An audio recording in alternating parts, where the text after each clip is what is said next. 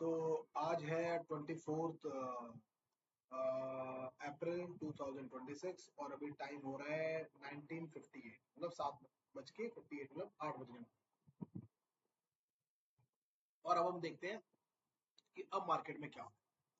अब मैंने आपके सामने ये चार्टिंग पे चार्ट लगाया, बड़ा क्लियर चार्ट है। मैंने आपको एक ही बात बोली थी कि ये एक डायमंड पहले बना था और दूसरा डायमंड बना, और ये मैंने ऑलरेडी ड्रॉ करके यहाँ पे रख लिया है। आप लोग भी इसे कर सकते हो। And this diamond is already in the making, so that's happening. So ये डायमंड के यहाँ पे आ गया है। अब ये उसके बाद यहाँ से नीचे आएगा। तो आज ये डायमंड वाला काम तो हो चुका है, ये आप देख रहे हो। ठीक है, कंप्लीट आज का जो फॉल था उसने कंफर्म कर दिया।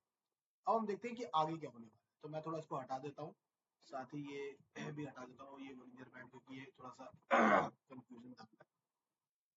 अब मार्केट कहाँ पे आएगा, ठीक है। सो पहला टारगेट मैं आपको 2-3 चीजें और दिखाऊंगा इसके अंदर, बहुत अच्छी चीजें हैं। मैं इसको 1 साल की जगह मैं इसको 6 महीने का चार्ट, ठीक है। और मैं आपको एक नया पैटर्न दिखाता हूँ इसके अंदर, जो मार्केट के अंदर बना हुआ है। ये है वो पैटर्न, क्या जबरदस्त पैटर्न। इसको बोलते हैं राइजिंग वेज, ठीक है। आप गूगल पे जाओ और डालो राइजिंग वेज पैटर्न, ठीक है।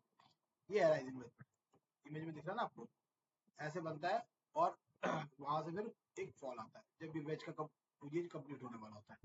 इसमें क्या होता है कि कि लो लो ऐसे बनते रहते हैं, हाई ऊपर जाते रहते हैं, और अल्टीमेटली यहाँ पे इसका ब्रेकडाउन होता है, ठीक है। बाकी ज्यादा डिटेल आप लोग खुद पढ़ लेना। मैं आपको राइजिंग वेव के बारे में ये समझा देता हूँ कि अब ये क्या होगा। एक सेकंड, कहाँ गया ये? हाँ, ये बात, हाँ ये बात। तो ये राइजिंग वेज पैटर्न बन रहा है। अब इस राइजिंग वेज पैटर्न के हिसाब से कितना फॉल अभी आना चाहिए, ठीक है। तो मैंने एक लाइन यहाँ लगा दी, एक लाइन यहाँ पे लगा दी, ठीक है। अब यहाँ पे कितना था, यहाँ पे था 23,353, और यहाँ पे कितना था 22,198। 23,353 और 22,190, 2200 लगा लो, मतलब 1100, 1100 पॉइंट्स। तो 1100 पॉइंट्स आप यहाँ से लिख के रखो। तो ये क्या लेवल है जहाँ से इसका ब्रेकडाउन आया है, 24,497। उसमें 1000 पॉइंट माइनस करते हो आप, तो आता है 23,300, ठीक है। तो 23,300 क्या आता है, 23,300 से 100 पॉइंट नीचे, तो ये गैप फिल करता है। तो इस लाइन को मैं इसको यहाँ पे इस गैप के पास ले आता हूँ। तो नेक्स्ट टारगेट जो बन रहा है आपका निफ्टी में, वो ये वाला बन रहा है। ये तो गारंटेड आएगा ही आएगा, चाहे आप कहीं भी जाके इसे स्टैम्प पेपर पे लिख के रखो, ये आना ही आना है निफ्टी में। चाहे maximum to maximum 5 to 7 trading days.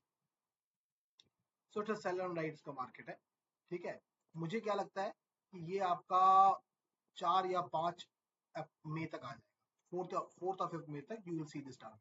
What is the target? Target is 23,300, ठीक है, because wedge is already broken, so you will get the wedge target. तो इतना तो आना ही आना है, ठीक है।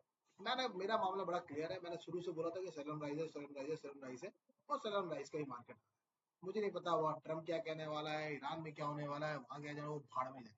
मेरे को चार्ट जो बोलता है मैं वो बता, और चार्ट ये क्लियरली बोल रहा है कि it's a sell on rise market. We might see Monday को एक बड़ा गैप डाउन। अगर नहीं भी दिखता तो मंडे ड्यूरिंग द डे एक फॉल दिखेगा, जो कि हमें कम से कम 23,600 या 700 के आसपास तो लेके आएगा।